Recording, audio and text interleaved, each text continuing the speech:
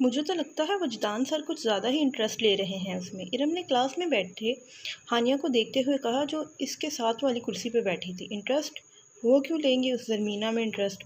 हानिया ने सुर्ख होते चेहरे के साथ इरम को देखा, जबकि उसको खुद भी कुछ ऐसा ही वहम हुआ था। आज जिस वजदान को वो देख रहे थे, उससे तो सबको पता चल रहा था कि वजदान के लिए ज़रमीना क्या अहमियत रखती है। तुमने देखा नहीं हानिया, वो कैसे क्लास से बाहर गए हैं और कैसे इधर से उधर फिर रहे हैं सिर्फ इसको ढूंढने के लिए, जैसे वो बच्ची है कोई जो खो गई है। इरम, ऐसा कुछ नहीं है। वो अपने हर स्टूडेंट को लेकर इतने ही पॉजेसिव होते हैं, और ज़रमीना में ऐसा कुछ भी खास नहीं है जो सर वजदान जैसा बंदा उसके पीछे पड़े। उसने नज़रें झुकाए हुए पुरसोच से अंदाज में इरम को कहा। उसके दिल में एक आग लगी हुई थी। कैसे वो उनके ऑफिस गई, कैसे उन्होंने उसको धुतकार दिया, कैसे वो उनके ऑफिस गई और कैसे उन्होंने उसको धुतकार दिया, और आज उस ज़रमीना के लिए कैसे मारे मारे फिर रहे हैं। ज़रमीना, तुम हानिया का मुकाबला कभी नहीं कर सकती, कभी नहीं। वजदान को हानिया ने चाहा है और वो सिर्फ उसका है, और अब तुम मेरी चाहत मेरी ज़िद बन गई है। मैं उसको हासिल करके रहूँगी, कोई कुछ भी कर ले। वजदान सिर्फ हानिया का है, सिर्फ हानिया का। इसने आंखों में आंसू लिए जलते दिल के साथ दिल ही दिल में कहा। वो सीढ़ियों के पास ऐसे ही खड़ा था जैसे उसने आज बहुत काम किया हो, वो बहुत थक गया हो। अब वो इस अब उसकी एक कदम भी चलने की हिम्मत नहीं रही थी। वो घुटनों पे हाथ रखे झुक के खड़ा रहा। आज 5 बहनों का इकलौता भाई, अपने माँ बाप का इकलौता बेटा, एक लड़की के लिए यूँ दीवाना वार फिर रहा था। उसको आज उस लड़की के अलावा किसी की कोई होश नहीं थी। आज उसकी एक ही तमन्ना थी कि बस एक बार, सिर्फ एक बार उसको वो अपने सामने देख ले। इसने आंखें बंद की और आंखों का कोना साफ करने लगा, जिससे मुसलसल आंसू निकले जा रहे थे। क्या मोहब्बत इतनी ही बेबस होती है? क्या हर मोहब्बत करने वाला इतना ही बेबस होता है, या सिर्फ वही था? क्यों वो एक लड़की को देखने के लिए दीवाना बना हुआ था? आखिर क्यों? वो आंखों को मसलता हुआ जैसे ही ऊपर हुआ, उसके सामने से आती हुई हिजाब में वो लड़की नजर आई, जो आज भी पहले दिन की तरह हिजाब के साथ कंधों पे चादर लिए दूसरी लड़की के हाथ में हाथ डाले उसके पीछे पीछे आ रही थी। उसने उसको एक बार देखा और गर्दन झुका ली। ऐ मेरे मौला, तू मुझको नकार के भी सुनता है। बेशक तू बहुत रहीम है। वो जो कुछ वक्त पहले इधर उधर दीवाना वार फिर रहा था, एकदम पुरस्कून हुआ, जैसे उसको इसकी दुनिया मिल गई हो। उसने खुदा से बस आज इसके दीदार की दुआ की थी। या अल्लाह, बस एक दफ़ा, सिर्फ एक दफ़ा वो मुझे नज़र आ जाए। उसके नज़र आते ही इसका दिल चाहा वो वहीं सजदे में गिर जाए, खुदा का रो रो के शुक्र अदा करे। सजदे में गिरे और कभी भी ना उठे और उसको मांगता रहे। उसने अभी तक उस लड़की को खुदा से नहीं मांगा था। वो खुद को इस पाकीज़ा लड़की के काबिल नहीं समझता था। वो नहीं चाहता था कि इसको मांगे, वो लड़की उसको मिले। वो तो बस इसकी मोहब्बत में मर जाना मांगता था। जैसे जैसे वो हिजाब में मलबूस सफ़ेद चादर कंधों पे किए नज़दीक आ रही थी, इसके दिल की धड़कन और तेज़ हो रही थी। उसके सारे उज़ा जवाब दे रहे थे। उसको लगा उसकी टांगों में से रफ्ता रफ्ता सांस निकल रहा है। वो अभी गिर जाएगा, इसकी आंखें अभी छलक जाएंगी, उसके होंठ कपकपाने लगेंगे। वो खुद पे काबू नहीं पा सकेगा, वो इसके सामने गिर जाएगा। वो जैसे जैसे करीब आ गई, इसकी झुकी नज़रें इसके करीब आते कदमों का ताक़ुब करने लगी। वो इसके पास आई ही थी कि इसने खुद को संभाला और अपने मखसूस अंदाज में उसको एक नज़र भी देखे बगैर वहाँ से दौड़ता हुआ चला गया। इसके वहाँ से जाने पे फ़िज़ा ने ज़रमीना को की तरफ देखा। अभी तो इतना पागलों की तरह ढूंढ रहे थे और अभी देख कर बात भी नहीं की। फ़िज़ा ज़रमीना को देखते हुए हैरत से कहने लगी, वो सैयद वजदान हुसैन शाह है, ज़रमीना को क्यों ढूंढेगा? ज़रमीना ने नज़रें झुकाए हुए फ़िज़ा से कहा, मगर ज़री अभी तो इतना इतना अच्छा छोड़ो ना, छुट्टी हो गई है, जान जी मेरा इंतज़ार कर रहे होंगे। फ़िज़ा बोल ही रही थी कि ज़रमीना ने इसकी बात को काट दिया और चलने लगी। सर ने उससे एक दफ़ा भी नहीं पूछा, ये कह रही है कि वो मुझे ढूंढ रहे थे। ज़रमीना ही दिल में सोच रही थी। उसको एक अजीब सा दुख हुआ था वजदान के ऐसे जाने पे। खैर, मुझे क्या पूछना, तो नहीं पूछा तो ना पूछे, उसने दिल में सोचते हुए कहा। जान जान जी, किधर हैं आप? या अल्लाह, क्या हो गया है? अब मैं अकेले कैसे यूनिवर्सिटी में बैठूं? अब तो सब जा रहे हैं, मैं क्या करूंगी, कैसे जाऊंगी? मैं तो कभी लोकल गाड़ी पे गई ही नहीं। क्या करूं खुदाया, मैं कैसे जाऊंगी? जान जी, किधर हैं आप? आए क्यों नहीं अभी तक मुझे लेने? वो यूनिवर्सिटी के दरवाजे पे बैठी हुई बाई का इंतज़ार कर रही थी और बार बार चौकीदार से पूछ रही थी कि चाचा, मेरी गाड़ी तो नहीं आ रही ना नज़र? नहीं बेटा, पहचानता हूँ तुम्हारी गाड़ी को, आएगी तो बता दूंगा। वो बार बार उठती और फिर बैठ जाती। या अल्लाह, मैं क्या करूँ अब? बेटा बेटा आप परेशान ना हो, आपकी गाड़ी आ जाएगी। चाचा, पूरी यूनी खाली हो गई है, मैं कैसे बैठूंगी इतना ऐसे? नहीं नहीं बेटा, सब टीचर्स अंदर ही हैं, इनका कोई मीटिंग शूटिंग चल रहा है। रिजवान खान ने इसको परेशान होता देखकर कहा, चाचा आप प्लीज़ एक बार फिर देखें ना। हाँ हाँ मैं देखता हूँ, तुम परेशान ना हो। दरवाजे से बाहर जाके देखने लगा। टाइम गुजर रहा था। वो ऐसे ही बैठी थी, इसकी हिम्मत जवाब देने लगी थी। वो उठी और यूनिवर्सिटी के गेट के बाहर गई। किधर जा रहा है तुम? ये रिजवान खान ने उसको गेट से बाहर निकलते हुए देख के पूछा। घर जा रही हूँ। चला जाएगा अकेला? जी चाचा मैं चली जाऊंगी, अब परेशान ना हो। वो यूनिवर्सिटी के गेट से होते हुए रोड तक आई। वो पहली दफ़ा ऐसे रोड पे खड़ी हुई थी। ये अल्लाह मेरी इज्जत की हिफाजत करना। वो आती जाती गाड़ियों को देखने लगी और दिल ही दिल में खौफजदा सी दुआ मांगने रही लगी। अल्लाह पाक आपको पता है ना मुझे डर लगता है, प्लीज़ मेरी मदद करिए। वो आंखें बंद किए बस अल्लाह से अपनी इज़्ज़त की हिफाजत मांग रही थी। इसके खड़े होने पर हर टैक्सी वाला रुकता और उससे पूछता, कहाँ जाना है बीबी? मगर वो किसी को भी जवाब दिए बगैर नीचे देखने लग जाती और टैक्सी वाले भी 1 मिनट रुक के वहाँ से चले जाते। कितनी ही गाड़ियाँ इसके पास रुकी थी मगर वो किसी एक पे भी नहीं बैठी थी। अल्लाह जी मेरी मदद करे। वो नज़रें झुकाए दुआ कर रही थी कि अचानक उसको एक आवाज़ आई, आप? इसने अपनी झुकी नज़रें उठाई और सामने खड़े शख्स को देखने लगी, जिसने उसकी नज़रें उठते ही अपनी नज़रें झुका ली। भाई और कितना टाइम लगेगा? सुल्तान ने शदीद परेशानी से मैकेनिक से पूछा, जो पिछले 1 घंटे से इसकी गाड़ी के नीचे लेटा पुर्जे निकाल रहा था और डाल रहा था। भाई बस 15 मिनट और लगेंगे, फिर आपकी गाड़ी बिल्कुल ठीक हो जाएगी। उस मैकेनिक ने गाड़ी के नीचे से ही सुल्तान को बताया। 15 मिनट मज़ीद। इसने घड़ी पर टाइम देखा जो 4:05 बजा रही थी। जरी को तो 2:30 बजे छुट्टी हो जाती है। क्या कर रही होगी? अब यहाँ कोई गाड़ियाँ भी नहीं हैं जो मैं लोकल जाऊँ, और बाबा जान लाला गुल भी दूर हैं। यहाँ मेरे मालिक, क्या करूँ अब मैं? वो सोचता हुआ कभी इधर टहलता कभी उधर, कभी गाड़ी के पास आके खड़ा हो जाता। यार तुमसे 1 घंटे में एक गाड़ी नहीं ठीक हुई? हाँ जी, अब गाड़ी में काम ही इतना था कि मैं क्या करता, इसने बुरा मनाते हुए कहा और फिर पुर्जे जोड़ना शुरू हो गया। काश मैं जरी को मोबाइल ले देता, मुझे उसकी हैरियत का पता चल जाता। इसने खड़े खड़े सोचा और फिर मैकेनिक के पास गया। रुकैया सुल्तान को फिर से फ़ोन लगाओ, अभी तक क्यों नहीं लाया उसको? दादी अम्मा अपने कमरे से बाहर आई और रुकैया बेगम से तीसरी बार फ़ोन करवा चुकी थी। अम्मा सुल्तान कह रहा है बस थोड़ा सा काम रह गया, बस 15 मिनट में चला जाएगा। ऐसा भी क्या काम जो ख़त्म होने का नाम ही नहीं ले रहा?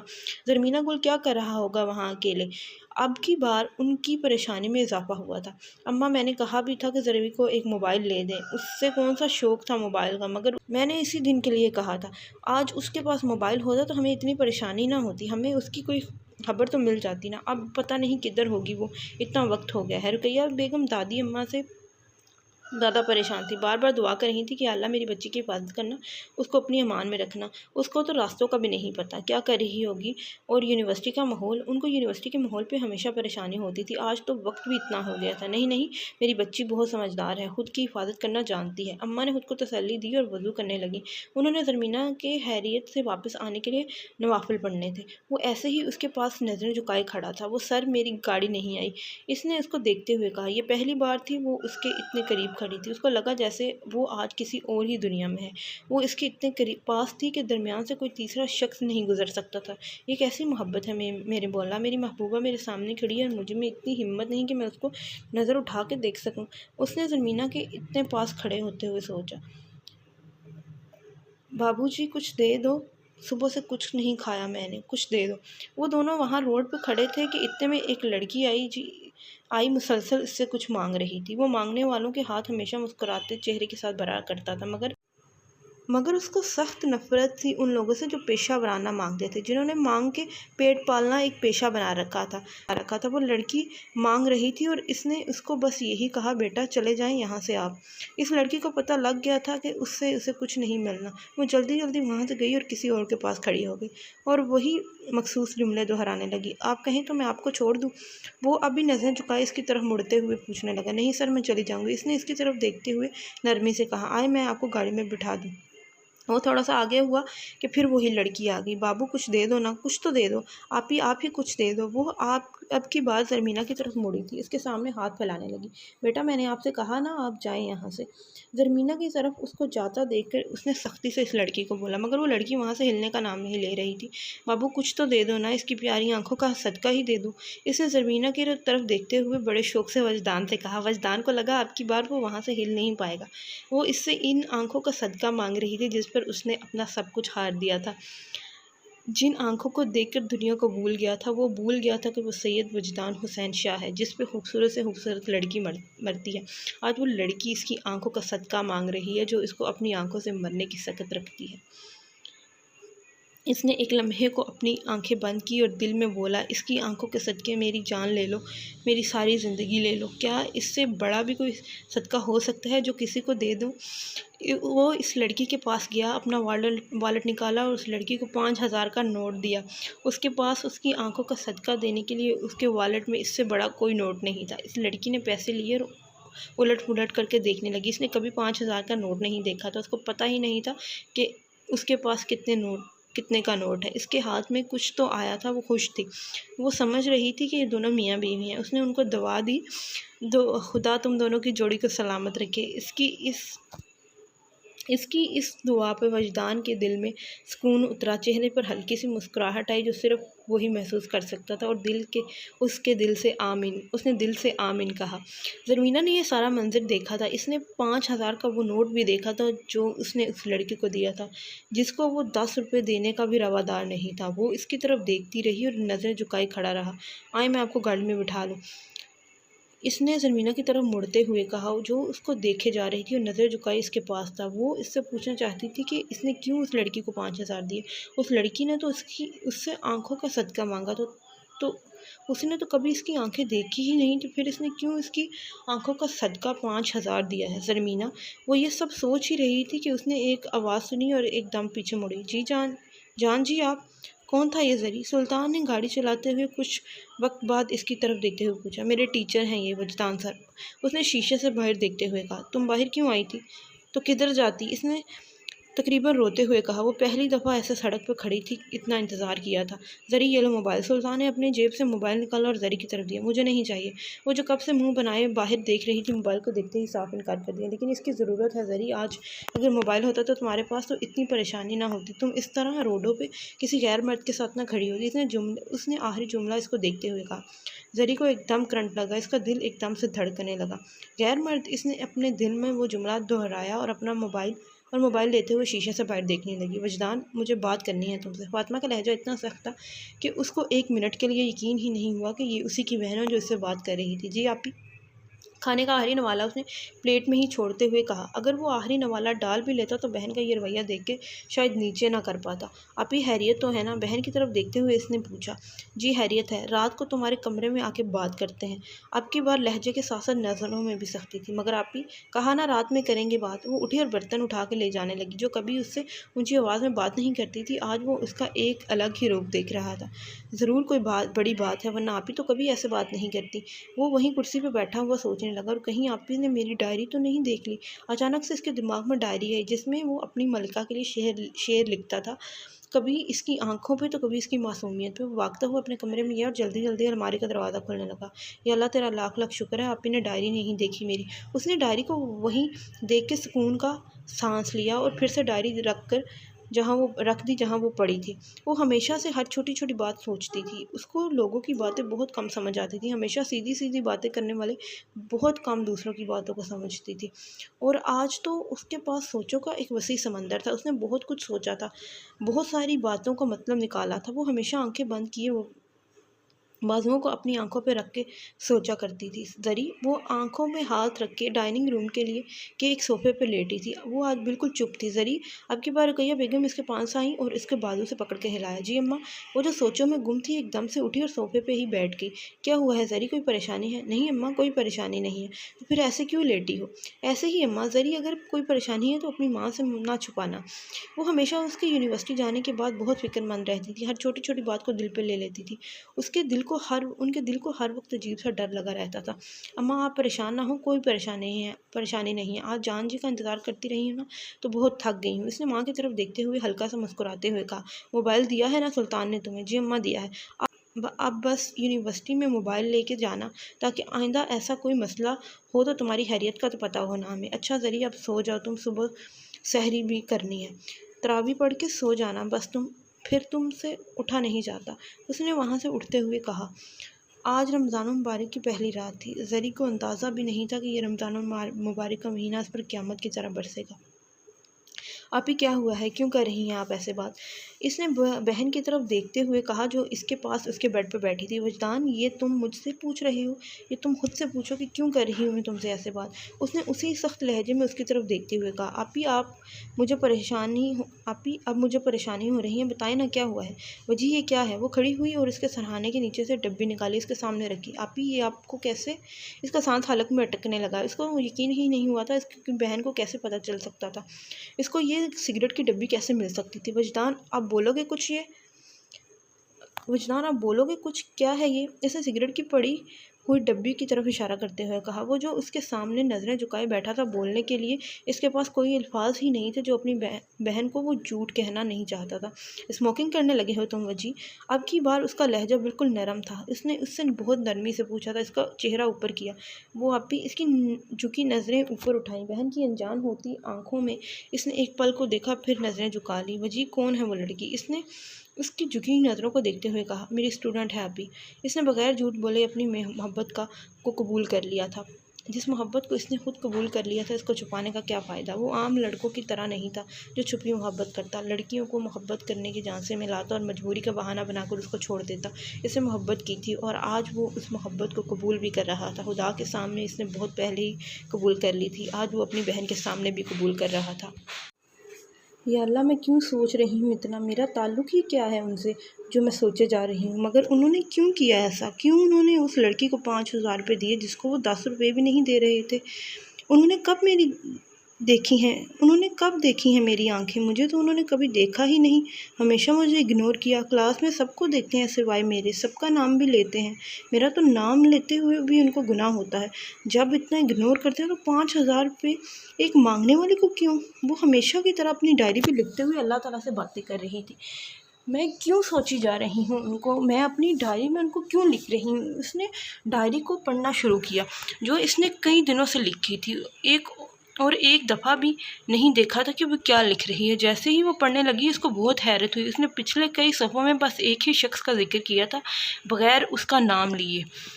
कहाँ की है वो लड़की? मनसेरा की है अभी।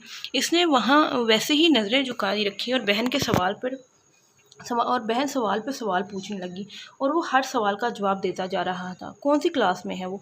फर्स्ट सेमेस्टर ज़ुआलॉजी कर रही है। कब से तुम्हें उससे मोहब्बत हुई? बहन उसका चेहरा देखते हुए फिर पूछने लगी।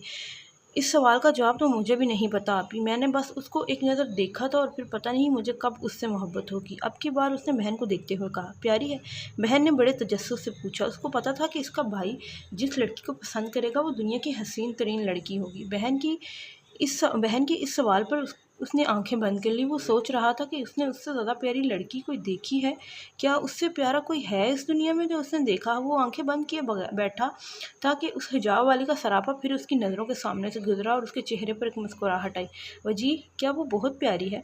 बहन ने उसके चेहरे पर मुस्कुराहट देखकर एक बार फिर से पूछा। आज से पहले उसने उसके चेहरे पर किसी लड़की के जिक्र पर ऐसी मुस्कुराहट नहीं देखी थी। वो समझ सकती थी कि वो लड़की इसके लिए क्या बन गई है। आप ही, मैंने इसको बस हिजाब में देखा है। मैंने बस उसकी आंखें देखी हैं और मैं दावे के साथ कह सकता हूँ कि मैंने आज से पहले इतनी खूबसूरत लड़की नहीं देखी। वो मुस्कुराता हुआ बस बोलता चला जा रहा था। क्या मतलब बस हिजाब में देखा है? अगर वो लड़की प्यारी ना हुई तो? इसने भाई की बात पर बहुत हैरत से इसको देखा। आप ही, क्या मोहब्बत खूबसूरती से ही होती है? कि एक लड़की खूबसूरत ना हो तो उससे मोहब्बत करने का कोई हक़ नहीं होता मर्द को? मुझे उसकी खूबसूरती से कोई मतलब नहीं आप भी। मैंने तो बस उसको कबूल किया है खुदा के सामने। आज आपके सामने भी कर रहा हूँ और एक दिन पूरी दुनिया के सामने भी करूँगा इंशाल्लाह। वो चेहरे पे मोहब्बत की मासूमियत लिए नज़रें झुकाए रवानी से बोलता जा रहा था और बहन इसको देखती जा रही थी। वो भी तुमसे ऐसी ही मोहब्बत करती है जैसे तुम करते हो?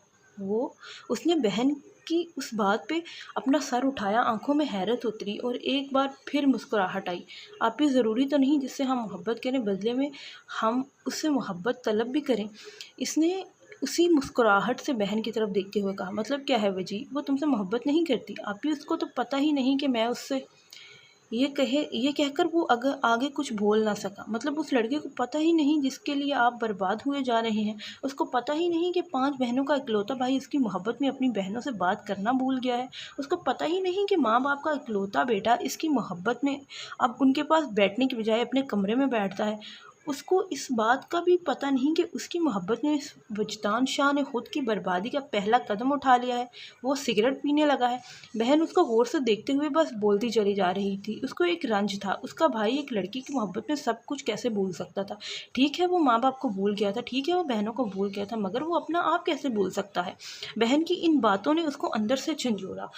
उसके अंदर दर्द की एक लहर उठी। वो जैसे बैठा था वैसे ही पीछे हुआ। इसका सर बेड के साथ लगा। एक जोरदार आवाज़ आई और पीछे होते ही इसकी आंखें बंद हुईं। वो ऐसा खुदगर्ज कैसे हो सकता है? एक लड़की की मोहब्बत में वो दूसरे रिश्ते कैसे छोड़ सकता है? वजी वो जल्दी से उधर से उठी, उसको अपने दिल से लगाया जो बिल्कुल बेहाल सा पीछे हुआ था। आपी मैं अब शायद जी ना सकूं उसके बगैर।